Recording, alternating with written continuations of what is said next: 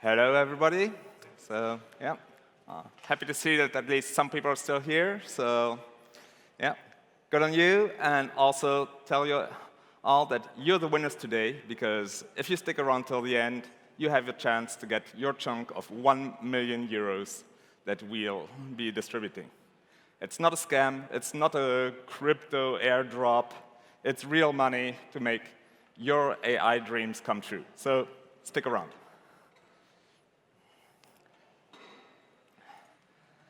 So, yeah, my talk is AI will rule the world. Can we rule AI? So for already quite a few years, we've been seeing assistant devices like Google Home stuff, Alexa, etc. Mostly they weren't really great, but slowly they're coming into our lives. Then progressing more and more. Already a few years ago, Google presented their assistant that can make phone calls and make reservations for you. There are some attempts to have personal robots to assist people, elderly, etc., all kinds of things. And then, of course, also things using AI for learning, using AI to help you program, etc., etc. And the big one, obviously, ChatGPT. So, yeah, who here has used ChatGPT? Wow, what a surprise. Yeah, so it's everywhere. Everybody is using it now. It's huge. But, of course, it has its problems. So people started using it, and people started using it to cheat. People started using it for all kinds of things without being careful, getting hallucinations from the AI, not checking the data, and lots of problems.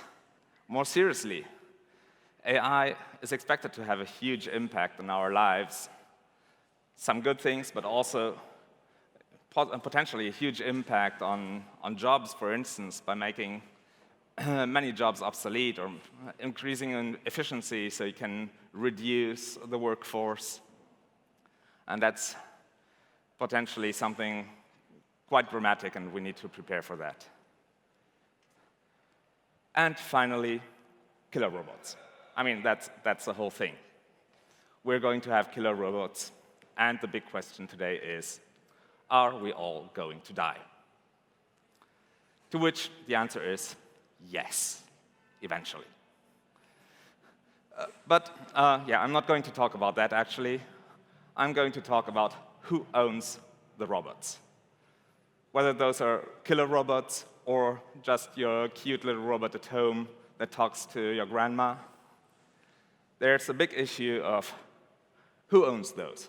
So we saw before, almost everybody has used ChatGPT. But who has used systems at the level of ChatGPT that are not from OpenAI?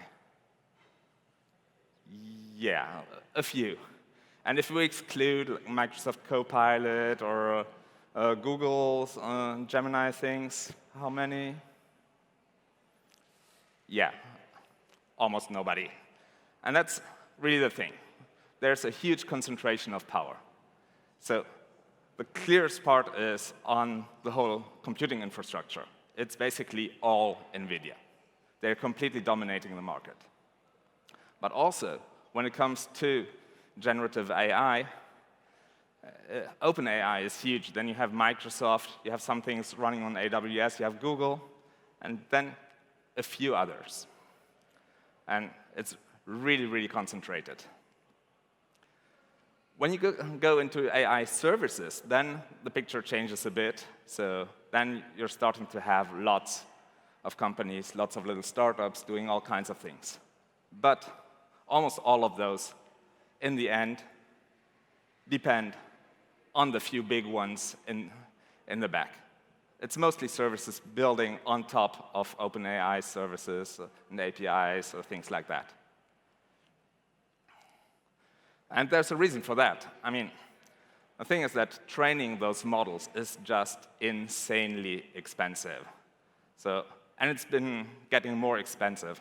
So deep learning started some years ago, and it was expensive from the start. Lots of GPUs, lots of compute, but it's been getting more and more and more. And it's really, really difficult for any newcomer to get in there and do anything and compete. So that's where we come in, hopefully.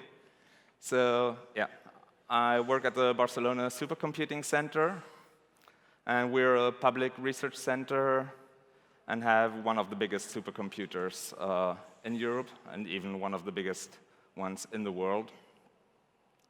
It's funded mostly by the Spanish government, the Catalan government, and a little bit by the university we have next door. And we just got our new supercomputer. It's started working like 2 months ago.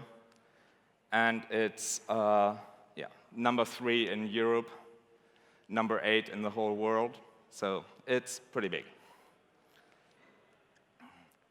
It's pretty nice, tons of racks of computers. Some of it just plain CPUs, but then a huge focus now on GPUs, just having tons of NVIDIA H100 GPUs to do the things that people want to do nowadays. Actually, there's about 1,000 accelerated nodes with 4,480 GPUs in there. And that's tiny compared to what you have at like Meta or Google or those. But for those of you who have tried to buy GPUs, you know that, I mean, that stuff is insanely expensive, and it's difficult to even just get a few of those. So yeah, we're doing pretty good there. It's been increasing. So our supercomputer, the first one was built in 2004, and since then it's been renewed every few years and becoming more and more powerful. And of course, we're not alone in that. It's all part of a network with other supercomputing centers throughout Europe. Also, within Spain, there are initiatives where different computing centers collaborate, where computing resources are available to other research centers, etc. And specifically us, I'm in the language technology unit, and we're the ones focused right now on large language models like those GPT models. And we're financed by pretty big projects by the Catalan government, Spanish government, etc. And we're in charge of building the new big Spanish foundational AI model.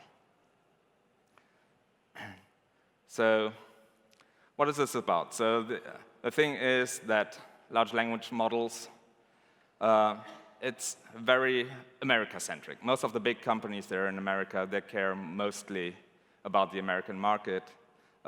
Most of the training is done in English.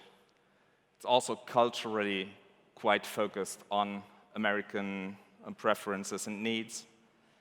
And we've seen that many of those systems are actually a lot weaker on languages that are not English. And so there's a gap there where, from a European perspective, there's an interest in having kind of a counterweight and going our own way. And also, it's about openness. So some models nowadays are open in the way that you can download the model and run it yourself if you have the computers to do that. But usually they're not really open source. So you don't actually get the training data. You don't actually get the full source code for training, etc. And that's something where we're trying to be different and really be open end to end. And yeah, there's the AI Act that forces us to respect transparency, etc., much more than what is done traditionally. So as an example, here you can see that For instance, the GPT-3 model was trained with data in 90 languages, but 92% of it is in English. And what we're doing here is trying to get a very different proportion. Obviously, still with a lot of English, because there's much more material available, but really giving a lot of weight to other languages so that European languages, and especially the regional languages in Spain, are represented. So right now, we're training a family of big models. We're training 7B, 22B, and 40B models. Those are currently being trained on our computer. So we're using around 3,000 GPUs out of the 4,500 that are in the supercomputer. So we're the biggest users right now of this whole machine, and just massively training those models in order to then open them up to the world and hopefully create a whole European ecosystem around that, facilitating use by European companies or even end users. And then once we have those base models, then we'll move on exploring the other architectures and etc. So yeah, so far, as I said, we have this Mare Nostrum 5 computer, this huge supercomputer, but it's been available only for like the last 2 months.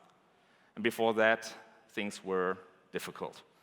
That's why, until now, we've been focusing mostly on taking existing models, doing continual pre-training on top of those models. So we would take models trained somewhere else and then augment them with additional data so they learn better Spanish, better Catalan, better French, better German, etc. than what they originally have.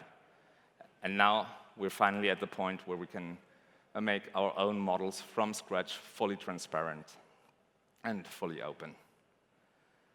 So there are a few phases to that. First, you need lots of data. Then you do the pre-training. That's like the basic training for the model. That's where the model just sees tons and tons and tons of data to get its vision of the world. That's where it gets like its core understanding of the world from. And then you have additional steps, which is mostly instruction tuning. That's where you teach it to actually do specific tasks. And that's where this model, which has learned the language, which has learned how things relate in the world, now you're teaching it that if I ask you a question, I want you to answer. If I give you an instruction, like write an essay, I want you to respond by writing an essay. And that's something that you do in this instruction tuning phase. Again, with lots of data, but much, much, much less than in the previous step. And then finally, there's a step where you align the model to your preferences, where you really tune it towards what you want out of the model, of how you want it to respond, the values you want it to reflect. So that's where ethics come into it. That's where really your ethical view of the world comes into the model. And that's something that I think most of you will have seen in systems like ChatGPT, where it refuses to answer certain things, where it dodges certain topics, etc. So that's a pretty critical phase also. And where our perspective here is not necessarily exactly the same one as the one that American companies would have. So that's an important aspect here. By the way, if anybody here works in alignment, etc., that's something where we're still interested in collaborations. That's one of the topics where we'd be particularly interested in collaborations with others, so please get in touch with us. So yeah, the big thing here is, I mean, everybody is aware of the compute needs that you need huge clusters, but the other aspect that is really important is the data. You need absolutely enormous amounts of data. And it's really the data set that determines what your model learns and how it behaves. So that's a huge aspect, and that's something we've been working on for a long time before we finally got the compute capacity to build the model. So yeah, here's some estimations. Like for a big model like the size of a GPT-3 or something like that,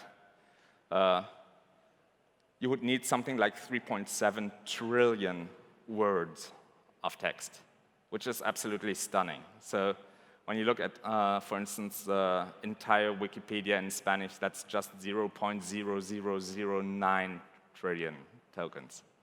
And you need like 3.7 trillion of those, possibly even more if you want to overtrain. So it's just a huge amount of data that you need to gather, and that's a huge effort, and that's one of our part of our main focus. So obviously, we're not alone in this. So we collaborate with others, both with data providers, like getting data from Wikipedia, from television, from radio, from the parliament, et cetera, but also collaborations with other research centers, all kinds of things, to build a huge data set, an open data set that can be used. It can be used by us for training the model, but that can be used also by others for their own tasks. Yeah, there are lots of things that you need to take into account, like personally identifiable information, which you need to deal with, you need to clean it up. A big part also detecting bias, hate speech, because the model, in the end, it learns from everything that you give it, and you really need to be careful to provide it the kind of data that you want it to learn from. So there's a lot of work going into filtering, cleaning the data, making sure that the model actually learns what you want it to learn and gets a worldview that you want it to have. So, yeah, so there are data sets that we've used for adapting the models, as I said before, when we were training on top of existing models, and it's also what we're currently using to train the models from scratch. So we have somewhere around 8 billion words. I think it might be more. I think somewhere else I read that we might even have 10 trillion already. So amazing amounts of data. And so right now we're training those models. And we expect to have the first models available and usable out there in the next few weeks. And obviously, what's interesting to you is that all of that is available. So it's not just something that we're training there, but it's things that we're putting out there and that you can use to build applications on and to improve on, etc. So for that, we're obviously on GitHub, on Hugging Face, where we put our models, Zenodo for the scientific community, where we have our research papers, et cetera, et cetera. And we have we try to have nicely done documentation in one centralized place, which we call INAKit. INA is the name of the main project that was the main initial impulse for all of this effort. And so from there, you can have access to all the documentation, all the models, all the data, everything that you might want to use. So it's all organized in collections. So you have text models, you have data sets for machine translation, for speech. Yeah, you have the final. Also have Hugging Face spaces. Some of you will be familiar with that. That's so Hugging Face is like the GitHub for AI models. You can have the models there, you can have code there, and you can have spaces which are kind of like demos of the technology. And that's something where we have a few demos that show how you can build applications on top of our models, for instance, how to do a RAG, so that's retrieval-assisted generation, so how you can index your own data and then use our models to ask questions about the information that you can have in your own document collections. We also have demos there that show our text-to-speech technologies, translation technologies, et cetera, et cetera. So, yeah, actually, I think I'm going fast, but yeah. Well, then you're free earlier. So, yeah, we're basically going through different steps, different phases. So it goes from the source data through a pipeline to clean up the data, that make it available for training, prepare the corpora, train the models, finally prepare some demos, proof of concepts that we do internally at the BSC. And then comes the part that will hopefully be interesting for you guys, which is the other side, where all of that should then go out into the market, should be used by people, should be used by developers who build applications on top of it, and hopefully do interesting things. So as integrations with existing systems, we're in contact with different hyperscalers, like Microsoft, for instance, to make it easier to deploy our models, to use them if you don't have the infrastructure yourself to run the model locally, then so that it becomes easy to just with a few clicks have it run there and use our models and use them inside your products or whatever you want to do with them. And then, of course, we're reaching out to integrators, developers, etc., to finally make all of those things available to the final public. So we have some direct collaborations with end users where we do like proof of concepts with them, but really we rely on other integrators to then build the final product that should be used. So that's where you guys come in.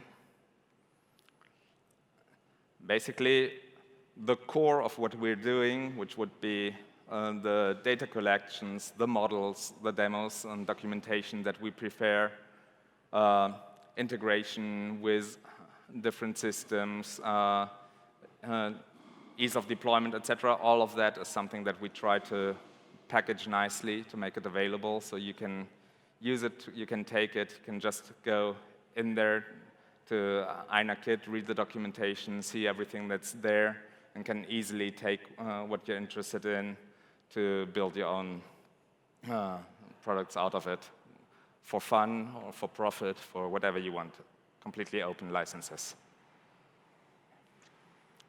And that's where we come to the $1 million challenge, as promised. So that's the INA challenge. So as I mentioned earlier, INA it's a big project that's financed by the Catalan government. And as part of that, we've been building all of those resources, collecting the data, making it available, building the models, et cetera, et cetera, et cetera. But also, we're in charge of trying to build an active ecosystem around those things. Because, I mean, they don't want to just put the money in there and then it gets lost. The idea is that people should use it, it should actually have an impact on society. And part of that is that we have 1 million euros to give away. So the idea is that developers, companies, they can propose ideas of things they want to build. It can be different things, can be building prototypes or products on top of our technologies. It can be contributing to improving our technologies, etc. And yeah, there will be up to 22 awardees who can get up to 50,000 euros each. We're also in talks with some hyperscalers to possibly give some compute credits to the winners to make it easier to build on what we're providing and to to develop your own solutions. And yeah, and it's divided in principle in 3 challenges, which is developing artificial intelligence services or applications on top of our models in Catalan. Yeah, it's all in Catalan because, I mean, it's paid for by the Catalan government. But you don't have to be Catalan to participate. So if you're like a German company and you want to improve support for Catalan in your AI assistant or whatever, and you think, hey, it would be really cool to have a good Catalan voice that I can integrate, those are things that qualify. So it's not restricted to Catalans. It's about Catalan, but wherever you are, wherever you're from, you can participate. Number 2 would be monitoring, control, and alignment tools and the use of AI or language technology models. Again, incorporating Catalan. So as mentioned earlier, alignment, for instance, is an important part. It's about making sure that the models actually behave ethically and morally as you want them to behave, which can be pretty challenging, and it's something that we haven't solved yet. Right now, we're at the stage of training the foundational models, which should be done very soon. We do have big data sets also for instruction tuning, so those models will be able to understand the interaction with the user, understand what the user wants, will be able to do many different tasks. But there's this last step of making sure that it actually behaves as you want it to behave from a human perspective. And that's something that's still quite open, and so anybody who has something to contribute there would be a very good candidate here to participate in that challenge. And yeah, finally, other contributions to building the open resource ecosystem around the INA project. So anything that helps to make things more robust, to get them out there, to improve the impact of the project. So if you have ideas, contributions, if you think that you can provide something that would be useful there, that's also a candidate for participating here. So I think there's many things that could be done and that could be, I think, very interesting. And OK, that was a lot faster than I thought, but I think you probably want to go home anyway, so I guess we're fine with that. So thank you, and yeah, don't forget to sign up. So the challenge is not open yet. There have been some legal issues, so the exact criteria, etc., had to be reviewed. So it's still pending, but that's OK. So right now, you can sign up to get updates, and whenever it's ready and whenever we're ready, hopefully very, very soon, to actually get the proposals and evaluate them, then you'll be first in line to be able to participate and hopefully get a chunk of money and do fantastic things with it. So yeah, thank you. Any questions?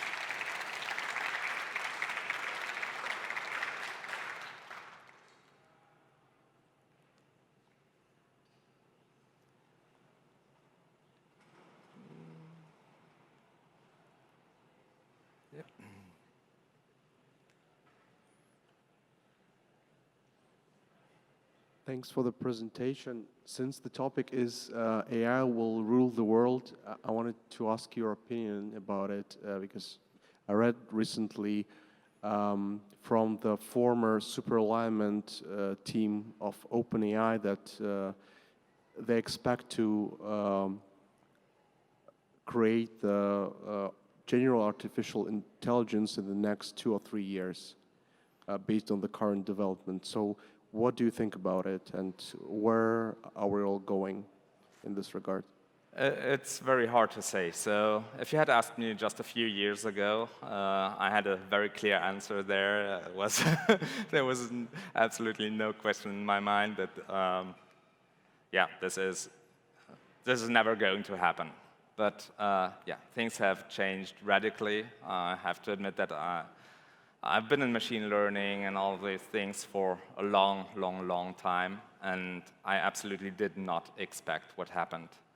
Because so far, everything was, you train a system for a certain task, you teach it a specific thing, and then you have a computer that can do that thing and might be able to do it fantastically well. But things have really changed fundamentally those last couple of years. And I think the turning point is probably, at least for me, it's when instruction tuning came into play. Until then, a language model was something that basically does text completion. So you give it a few words, and it writes a few words more. Was like a better version of what you have on your phone keyboard, where it proposes the next word to type. And that was very clear, very predictable. And then somebody had the crazy idea to say, and if I give it examples of just asking for things and getting answers, and it came out that those systems actually learn to do that. And there's a lot going on in the background that you would not expect at all from just predicting the next word, which mathematically, that's what those systems are doing. They're just predicting the next word. But behind all of that, there's so much going on that few people expect that. And it's become very, very unpredictable what can happen in the future. So, yeah. I would have given you a very opinionated answer to that just a few years ago, but right now I honestly don't know what can happen. I do think that it's important. I mean, we can't stop it, so I think it's important to work on it out in the open, to observe what's happening, to be on top of it, so which is kind of our mission also as a public institution. We don't need to make money. That's a big advantage. What we're doing, it's paid for, and then can just work towards what we think is good. And so we don't have the pressure to make the money back. We don't have to do crazy things, take shortcuts to make money. So we're trying to be there, but I honestly can't say what's going to happen. And it's exciting, but it's also very scary, I think.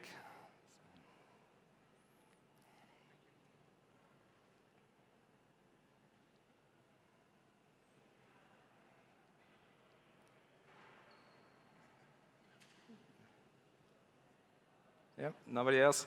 Okay, well, yeah, I hope that some of you might be interested in the EINA challenge or just be interested in following us, using our models when they come out really, really soon. So we expect those models from the benchmarks we have on the current checkpoints. They seem to be doing really well for European languages outside of English. Obviously on English also, but since everybody does well on English, that's not a challenge, but our models appear to be doing really well on other languages. So I think this could really be interesting here for European companies, et cetera, who have a European audience. So yeah, please follow us, check out our stuff on Hugging Face, get in touch, sign up for the EINA challenge, and hopefully we'll be in touch. So thank you.